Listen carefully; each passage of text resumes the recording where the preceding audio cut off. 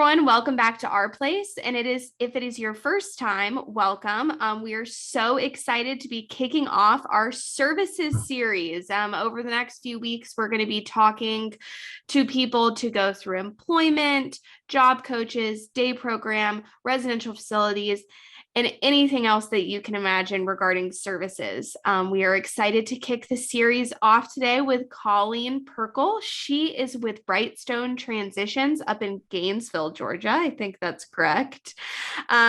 She's the employment specialist this year, has been in the industry for 37 years. So she knows all things employment. So Colleen, thank you so much for joining us today. Oh, glad to be here. So let's dive right in. I think the first thing on parents' mind is, what is an employment specialist? Good question. Employment specialist is like a job coach, but an employment specialist starts at the very beginning, developing jobs at different businesses, helping them develop the jobs. We're trying to match jobs for that individual. And then once that individual is hired, the job coach would jump in. But right now I'm doing both, developing jobs and job coaching. So I think a lot of families too, when they have their child or their high school age child or adult child, they don't even know that there's options out there as far as job coaching goes. Can you walk us through a little bit as a job coach, what their role is in working with the adult or the child with disabilities? When I'm presented with a client, I have helped some not associated with my organization. I'll do some pro bono work. I do a period of discovery with them, trying to find out, past things that didn't work and past things that did work, and what their interests are. And then we go from there, trying to hone those skills. I'll give you an example. If they wanted to be a cashier, then I'm going to practice with them to see that they can make change well. And if they can't, then we have to get those skills going too. And then when I find out an openings somewhere, I usually search online. I'll go to that business and I'll observe that job. And that's something that job coaches can do to see if it's going to be a good match for that person. And then if I feel like it's a match, we come back and we start applying just like everybody else. Yeah. And then the job developer can go out and talk to that business and say, hey, will you pull their application and do an interview? So yeah, that's kind of the process. So if it is a parent who's maybe going, maybe my child could work and would benefit from having a job and they haven't had a job in the past, would a job coach or somebody like you who's an employment specialist be a good place to start navigating that? I do. I recommend that because of the connections that the job developer has with a job coach. A lot of the businesses already know these people, so you have to have a personal connection with those businesses. So if you start with someone that has a wide network, the possibilities will be a whole lot more for that person instead of just one or two businesses. Yeah.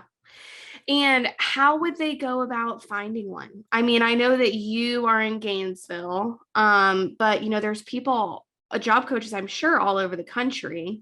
So is it as easy as a Google search? Like, how do you find help? Or I did see some on care.com, believe it or not, people who are interested in just being a personal job coach or life coach is what they were saying. But another way is to connect with your local vocational rehabilitation, because they are the money holders. And then they contract out with places like Goodwill, and here in our area we have Rehab Industries, and they contract with them and provide the money for that job coaching and job placement. But there are also other organizations that do that. So I do recommend that Google search to see what organizations they can hook up with, because the funding is there.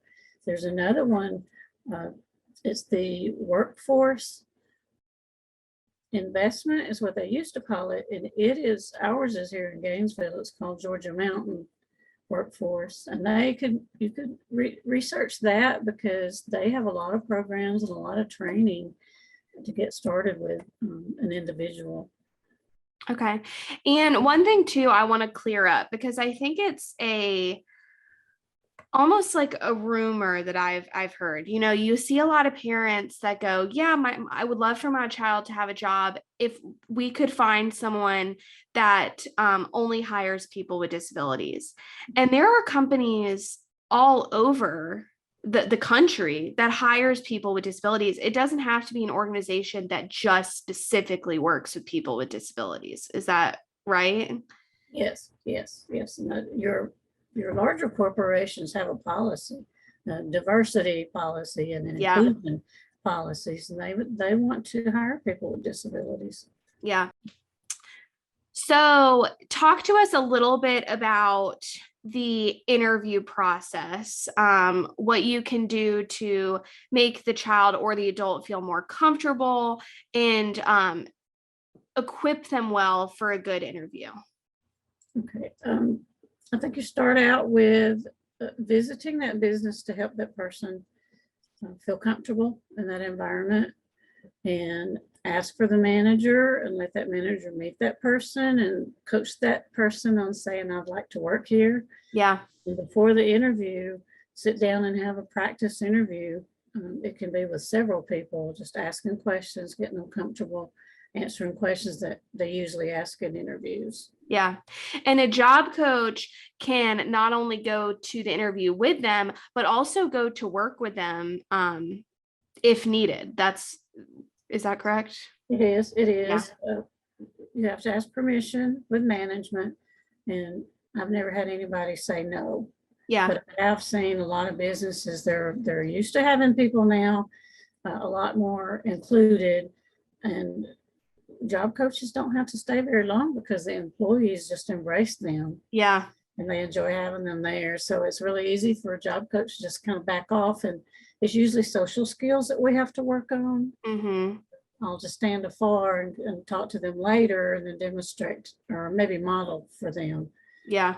How they should be doing. What would you say? Obviously, you've seen a lot of people who have been employed and had jobs. What would you say the benefits are to pushing maybe outside of the parents' comfort zone to having their kids try out a job? That is something I do as a rule. We go out and we do some work experiences, and then that person goes back and tells the parents, guess what I did? I did Yeah. this and I did that. And that excitement really carries on. But then also sometimes that wasn't a good work experience, so we have to find something else. Yeah. It's that aha moment that, oh, I have found a match for this person. So having a job coach involved to do the legwork will help that person not be so stressed. Yeah. And I also ask managers or just friends who are HR managers to give some of those practice interviews so that they can get more comfortable with the whole process. Yeah. What about, do you ever work with or have you seen maybe some older kids or adults that are nonverbal? Have you seen them be employed and be successful? I have. It takes a job developer to get in there and help them hone that job.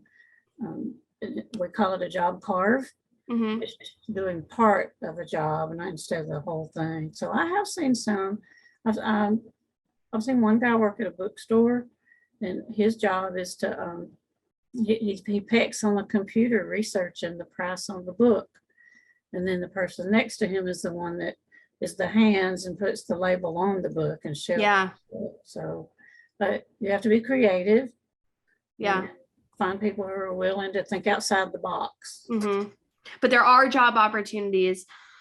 I mean, everyone could at least give it a try to see if they can have success. Okay, so let's shift a little bit because I know it's a big topic that we try to cover. So there are some people who can very easily afford a job coach and pay that fee or whatever that may be, if they're using waiver dollars, whatever that is. For the parents who maybe, don't have that kind of financial ability to pay for a job coach, is there a way for them to go in themselves to advocate for their child, maybe go into their local grocery store and speak to the manager and say, I have a daughter or a son with disabilities. I would love to see if you would be open to hiring them. They're really good in these areas, and navigate it themselves. I think so. And you made a key point, knowing what the skills are ahead of time and presenting it to the hiring manager and say, this is what this person can do. And a lot of times that will help get that person get their foot in the door. Yeah. Because like you said, I mean, they can't not hire somebody because somebody has disabilities. It's the law. Right. Yeah. So, so talk to us a little bit. We talked about the parent side and all of that stuff. So talk up to us if you were talking to an employer. So what do you find a lot that employers don't know?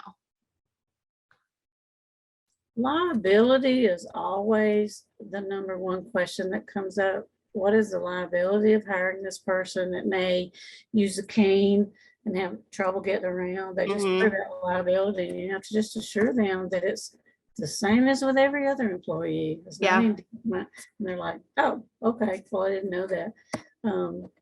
I think opening their eyes up, raising expectations is really important in the community to open people's eyes that there are possibilities that this person can work. Yeah. We had some questions submitted and they were a little bit confusing to me, but we're going to try. There was a question around certification. Is that something that you can do in a job, or can you work to earn a certification? Certification for the individual or for a job coach? I think let's cover both just to cover the ground. Okay. For certifications, starting with the workforce initiative, if it's someone that can get a certificate, they have a huge list of certificates that they will help them get. For example, we have 3 that are going through workforce to get their welding certificate in 1 month. But they have a whole list of things the government says that they could certify. But as far as a job coach or employment specialist, there are agencies out there that will certify. Usually it's like a 10-week course, job development. Okay. Really good course. Yeah. And then the other question was around pay. So if you have, I would assume that if you get hired and you have a job coach, you're probably getting paid the same hourly rate that any other person is getting paid in the same facility. Yeah. It's not like you're not getting paid. Right. The individual job coaches will charge $15 an hour up to $35 an hour. Yeah. Or it may be more since the economy's changed. I'm not sure what people are charging. If you're working with an organization like Goodwill or Brightstone, they pay pretty good. Yeah. And it's that training that's so important, that you're certified and trained in the job development process, because that is the key, the job development. Yeah. And then this specific person was, I think they were in the Cumming area. And we kind of touched on that. Like, no matter where you are across the state or across the country, there are options for you to find a job coach. And like you said, you would recommend starting there, and they'll kind of be able to help you from there, or maybe doing things like you said, talking to the manager, advocating for your child, teaching your child to advocate for themselves. I know we've talked a lot about that. But let's also talk about, because we've talked to a few people in the hiring world too. there are so many benefits to companies to hiring people with disabilities. Oh, I agree with that. So talk to us about just a few of those benefits. Yeah, I'll just throw it out there to managers. This guy wants to work and he will be here every day because he loves to work. Yeah. Not going to have any problems because he's going to stay focused and they want to stay busy Yeah. because they feel valued. That's the key, is that they feel valued. To be helpful to the parents, we talked about how to find a job coach. If you could think of some companies that would maybe be a good start if they were looking for employment? I know you mentioned Goodwill. What are some other ones that maybe they could think about? Your grocery stores, the major ones like Publix and Kroger, Mm-hmm. they are very disability friendly. Mm-hmm. A lot of times they start them off facing stock or bagging groceries as a start, Mm-hmm. because they have roaming front end managers who just kind of monitor and keep everybody focused and working. But so the grocery stores are always really open to people with disabilities.